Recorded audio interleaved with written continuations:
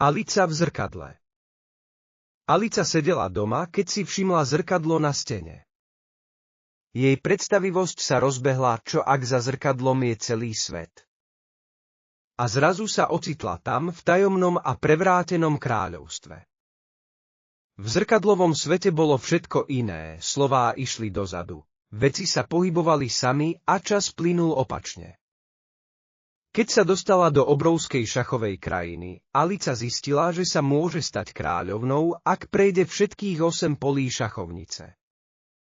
Na prvom poli sa stretla s červenou kráľovnou, ktorá vysvetlila pravidlá. Kráľovná bola prísna a mocná, ale navedla Alicu k jej cieľu. Onedlho Alica prešla na druhé pole a spoznala biele a červené šachové figúrky.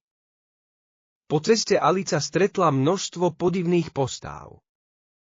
V jednom lese sa stretla s Trulákom a Tralákom, bratmi dvojčatami, ktorí sa hádali o maličkosti a nakoniec spustili bitku. Potom sa stretla s hovoriacim bielej koňom, ktorý jej pomáhal s pohybom po šachovnici, aj keď bol absurdný a roztržitý. Na jednom z polí Alica natrafila na hostinu na počesť bielej kráľovnej. Kráľovná si neustále mýlila čas a rozprávala príbeh svojho života odzadu. Alica sotva zadržiavala smiech, ale učila sa byť zdvorilá aj v najabsurdnejších situáciách. Onedlho prešla na pole s červeným kráľom, ktorý pokojne spal. Iné postavy presvedčili Alicu, že ona je iba sen červeného kráľa. Dievča sa k tomu postavilo nedôverčivo, ale myšlienka jej nedala pokoja.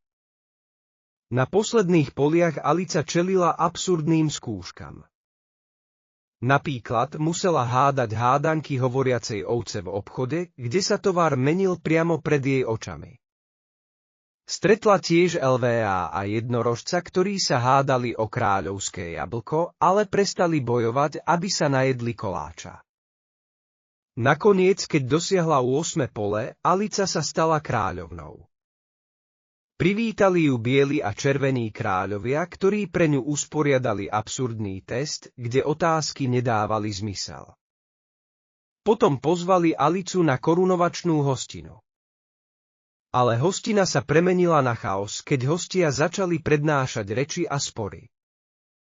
Alica nevydržala absurdnosť, nahnevala sa a prevrátila hostinu. V tej chvíli si uvedomila, že môže opustiť zrkadlo.